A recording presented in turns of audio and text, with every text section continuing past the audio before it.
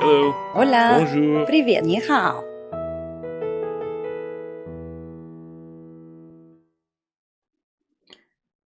Hello and welcome to Language with Chu.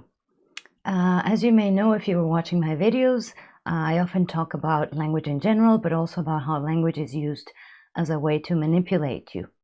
And I realized that I need to give a lot more context because there's some things I want to talk about, but without really explaining where I'm coming from, it may be a little hard to follow. And also because I think this piece of knowledge is essential for actually your mental hygiene. So I'm mainly talking about a book that to me represents like a really good basis for understanding what's going on in the world, understanding the nature of evil in general, what we can or cannot do about it. And it's a book I mentioned before called Political Ponerology by Andrej Lobaczewski. Here it is. And basically, well, I hope to be able to make a summary little by little of the whole book. It's really hard to read because it was written in a scientific jargon and it's not a modern book, but I think it can, like it did to me, change your life in the way you see things and you react to things you read about or you watch on TV, etc., etc. But given the nature of what's going on right now in the world, i.e. the coronavirus farce, I cannot call it something else, I wanted to discuss some of the concepts in this book. And basically, well, ponerology means the science of evil. Poneros in Greek is evil, and logy is science. So he talks about different kinds of processes by which evil kind of acts as a virus, no pun intended, and permeates into society and warps people's minds. And he talks about the type of people that are either born or made by because of the way they were reared, etc. They're born or made in such a way that evil is just in their nature, practically. In some people more than in others. And they will use any tactic they have to actually manipulate you. The problem is that these people, psychopaths, sociopaths, there's other kinds. He talks about character paths, spellbinders. I'll mention each of them hopefully in a future video. These people know the weaknesses that normal people have, people with a conscience have. And you know, they know that we tend to be more forgiving, that we tend to find excuses to explain something that is really morally wrong, but we don't understand that other people may not have the same substratum, he calls them, the same nature, if you wish. So let me just talk about the processes by which, or some of the processes by which he says evil kind of permeates through society. And the things that I'm going to mention actually are very present in regards to language, because all of those things are present in the media, in things you read, in speeches given by politicians, etc., etc. So without further ado, he calls them the ponerogenic phenomena and processes. You can just call it, you know, ponerogenic traits if you want. Ponerogenic, genesis being the origin of evil. There's 5. Number 1 is egotism. Number 2 is moralizing interpretation. Number 3, paramoralisms. Number 4, reversive blockade. And number 5, information selection and substitution. So I'll explain each one and try to give you examples of what is going on nowadays so that you can see a bit how it may be affecting you in your life and how it may connect to things that you're reading or living right now. So, number 1, egotism. Well, that one is easy to understand. It's when a person attributes more value to his worldview, reflexes, habits, etc. They want to force others to view things and act like what they see is objective. A person who is egotistical is unable to understand others. It's it's somebody who cares only about themselves or their view of things, and they try to enforce it on you. Now, a little bit of egotism is not bad, psychologists say, because it protects you from becoming too neurotic, from thinking that everything is your fault, from taking all the blame when it should be shared, etc., etc. But the problem is that a specific type of people has a high level of egotism, and they just cannot put themselves in other people's shoes, and they will do whatever to convince you that their truth is the truth. He goes on to say that at a state level, it can be someone who appears to be normal, but is driven by motivations or battles for goals a normal person considers unlikely or unrealistic. So what to a politician the word democracy may mean is completely different to what it means to you. When they talk about freedom and democracy, exporting freedom and democracy to other countries, what they're really saying is that they're pillaging and destroying countries. But to you, it sounds nice, and therefore you kind of put you kind of add meaning to their words and go along with the narrative. Another thing that we've been seeing a lot regarding the virus, and I've had several arguments about it, is that a normal person, Lobaczewski says, a normal person, when confronted to a very egotistical person, they ask, what could he or she expect to gain by that? And I've had that argument thrown at me several times with this lockdown for the coronavirus. They're saying, but what could the government gain by that? The economy is going to be destroyed. They're just having people at home. There's nothing really, to be gained by that. He adds, using common sense, we tend to interpret it accepting a more likely version of the situation and events. Such interpretation often results in human tragedy. Now, the way we read it, if you're a normal reader, without knowledge about this or anything and not very critical, you'll be saying, okay, so the government has nothing to gain by this lockdown. Therefore, the more likely version of the story is that the virus really, really must be a danger. They don't want the population to die because it would cost too much money, or they must be under pressure for some other reason. Whatever explanation you can come up with, that is anything but they are trying to instaure rules and to control the population to an extent when it can break people down. So that's for egotism, and you can see it in people maybe close to you, unfortunately, or in your work or anything. Anything that, any person that goes and says something and it's not true, but you have to actually do a mental gymnastics to actually make sense of what they're saying, because on the surface, they're not gaining anything by it. That's number one. Number two is moralizing interpretation. Now, this Lobaczewski here explains that one of our weaknesses as human beings is the failure to differentiate between what we call moral and biological evil. So we make everything moralistic. We say this is bad or this is good. Except that the way he talks about it in his book, you have to be almost like a scientist, a good scientist, and be objective about it and observe it and not get upset necessarily about it, because some people's nature is such that they cannot help but do evil. And the only way you can actually confront it or be immune to it is by understanding their nature. In the same way that you understand that a cat may play with a mouse before killing it is not an evil act, it's just what the cat does, right?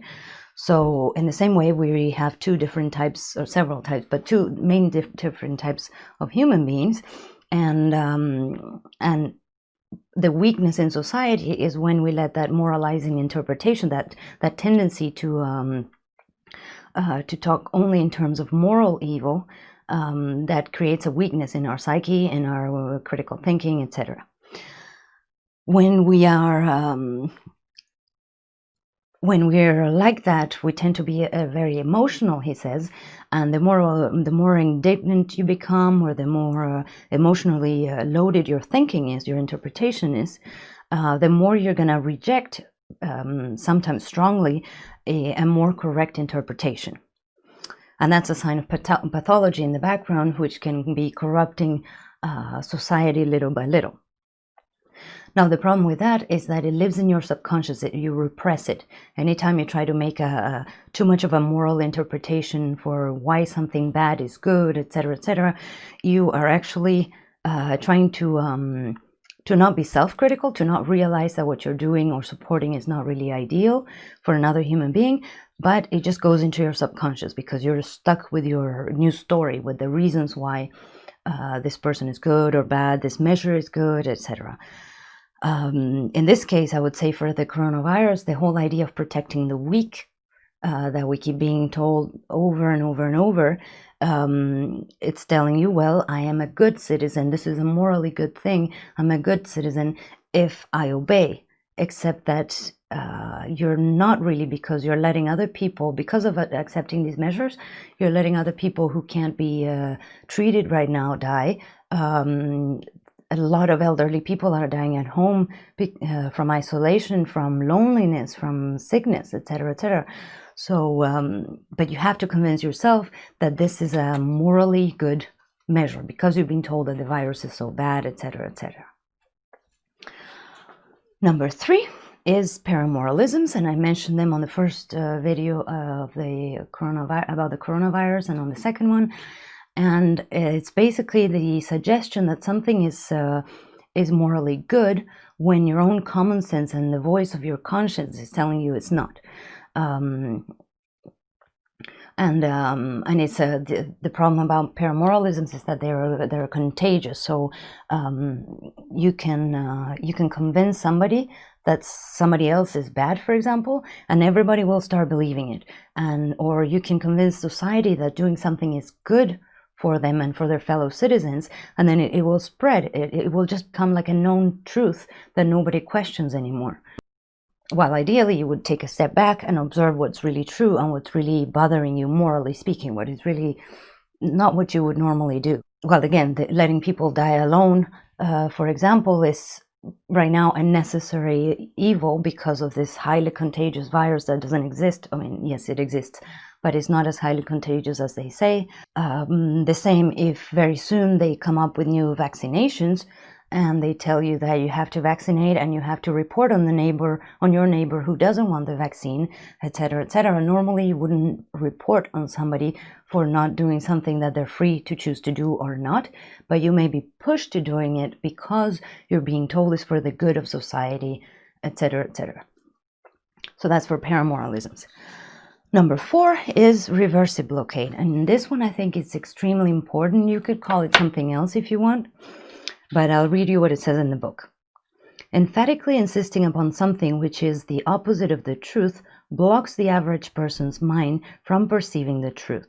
In accordance with the dictates of healthy common sense, he starts searching for meaning in the golden mean between a truth and its opposite, winding up with some satisfactory counterfeit.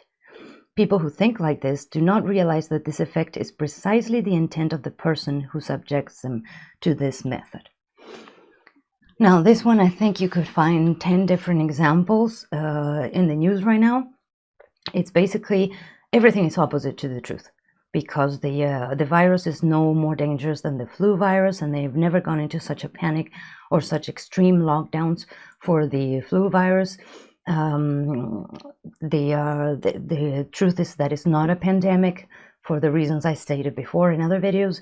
The truth is that really this is just an excuse for whatever agenda is behind it to control the population, to test them, to perhaps restructure the economy in a different way, to impose draconian measures, to impose perhaps medical decisions that you would normally not make, etc. And what happens with reversible blockade is that the lie is so big that your mind tries to find a common ground, something that will make sense. And usually it's lowering the intensity of that lie so that you find the golden mean, like he says. It's kind of some more satisfactory truth, if you want, or half-truth. I already talked about the whole panic behind babies are dying, for example. And even though you can see the truth that it could be because of other underlying issues and stuff, you're told the coronavirus is killing people, is killing babies, etc., etc. So you are kind of, how do I put it? You're kind of making, well, the mean is, the golden mean would be, well, they were weak, but this virus is so vicious that it will attack the weak and destroy them, etc., etc. Well, you don't really know if the virus would have done anything, did anything, or if the flu virus would have done the same, etc. It's all because of the narrative, but you have to kind of find a compromise and say, okay, yes, they had underlying conditions, and that's why the virus was so bad. Perhaps not the virus in itself, but therefore I'm kind of content with an explanation that I'm locked down because the virus is really bad, but perhaps not as bad as they're saying. Another example would be the whole narrative about hospitals being overflowed right now. And I don't know if you noticed, but they even got caught reusing old footage because they don't have anything to show. The hospitals are empty, and then so you go from that narrative, the hospitals are super overflowed, etc., etc. There's no room. The poor health workers are working themselves to death, etc., etc. And on the other hand, you see images of empty hospitals. So how do you make a compromise between those two? Well, then comes the reasoning that it's thanks to the authorities who put measures into place early enough so that the hospitals, so that we would flatten the curve. I already talked about that too. And basically you're happy enough because even though you just saw a flagrant lie, you have an explanation. Well, maybe it's because we're doing a good job. We as citizens are doing a good job by staying at home too. Another one would be how they didn't panic, how there has never been any panic like this, even with the flu virus or practically any virus. And you're like, well, what's going on here? They're taking all these measures. This is wrong. I should not be told to lock myself in my house. I should not be told to not go see my elderly loved ones, etc. But then you come to an average explanation, which says, well, it must be really serious, and they're not really telling us because we're not scientists, etc. But I better obey because, well, they wouldn't do that unless it was really serious. And there you go. That's part of reversible blockade. Anytime you hear a lie that is so big that you have to kind of find something in between to swallow it, to make you be at peace a little bit with what you're going through. And finally, number 5 is information selection and substitution. I like calling it selection and substitution of data because it sounds better. But like I said before, when you avoid a certain amount of truth, it goes into your subconscious. And it's a vicious cycle because you have to ignore even more and more data to fit the theory that you already have. And that creates tension, bitterness, depression. I think that's part of what is causing so much depression, which is actually a real pandemic in this world, is that a part of people know that what they're believing is BS.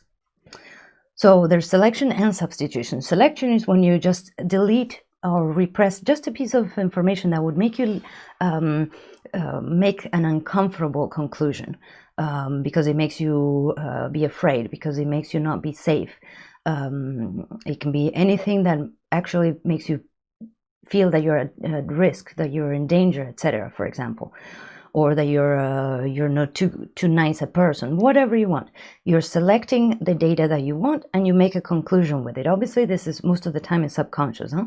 And then he says that the conclusion that you come up with will be erroneous in direct proportion to the significance of the repressed data. So if you repressed a really important piece of information, then the conclusion you want to come up with is going to be really a stretch, because you have to kind of match those two things together in order to justify why you repressed, why you took out a chunk of data that was really important and put it aside. In this case, for example, you could say, well, if the virus, if you actually allow yourself to think that the virus is not as dangerous as you've been told, etc., it means accepting that you've been duped and that you're accepting measures that will hurt you in the long run for no truth behind it at all, for example. So you have to select data from everything that is that you're being told in order to come up with a reasonable explanation that, okay, well, after the lockdown everything will be okay, and it will be thanks to citizens and thanks to solidarity and etc. that we managed to control it, to contain it.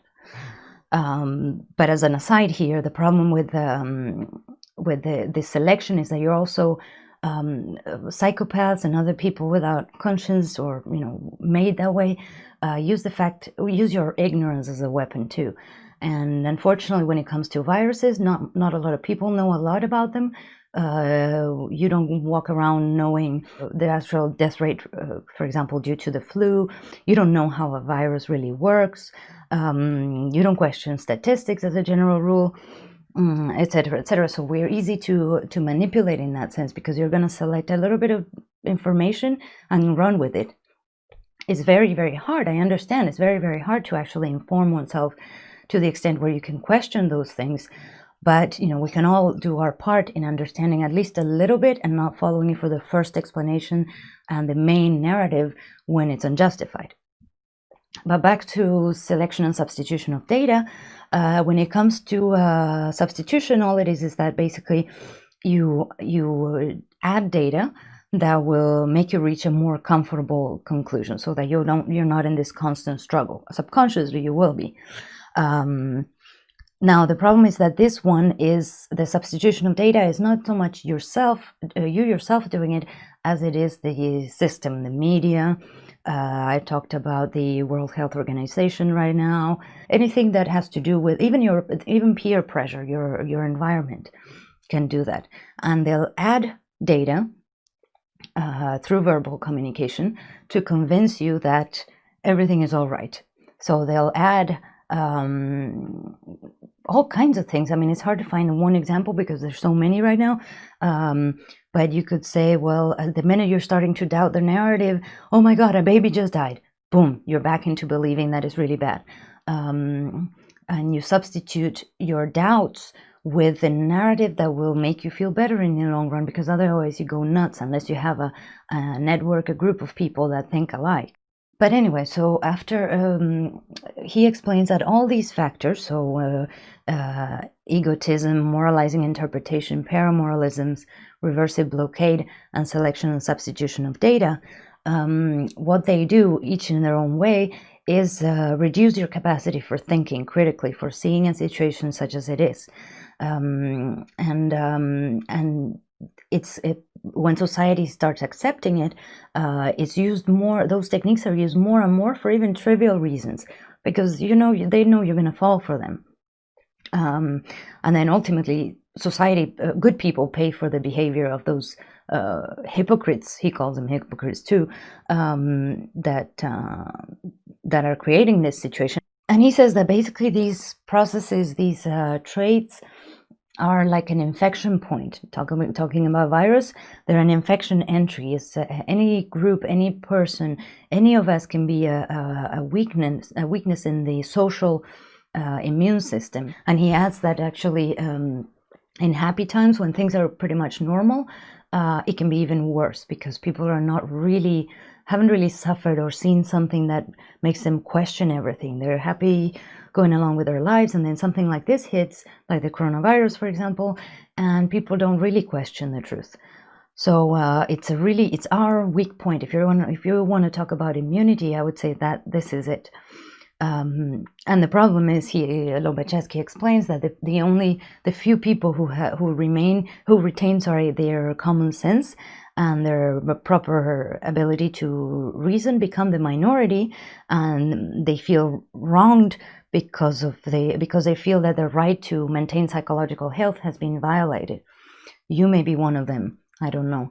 To him, the solution is to always remain critical, to maintain this psychological immunity. And I think it's crucial, because otherwise you can't make sense of anything that goes on in the world, not just this virus farce, but everything else. And knowing evil, the nature of evil, from a more from a wider perspective, let's say, and without trying to take without getting angry at one single thing, or without taking revenge, or without thinking that this other politician is going to solve it, etc., is much healthier in the long run. So, well, that's just to give us some background for future videos on these few processes that can have a lot of impact in our mental health and in the way we read, understand language, and understand most of all reality. And I hope it helps you. It encourages you to read the book, although I know it's difficult, as I said. I'll hope to summarize more in the future. But anyway, keep those in mind if you can when you're reading the news, when you're talking to somebody who's been, as he called, ponerized, so infiltrated by this virus. And frankly, I think this virus, the evil in society, is way more deadly than anything else that you've encountered, and that can be looked at with a microscope, because that's what creates a real weakness. So anyway, thanks for watching. Like the video or leave a comment if you liked it, and see you next time on Language with Chu. Bye bye.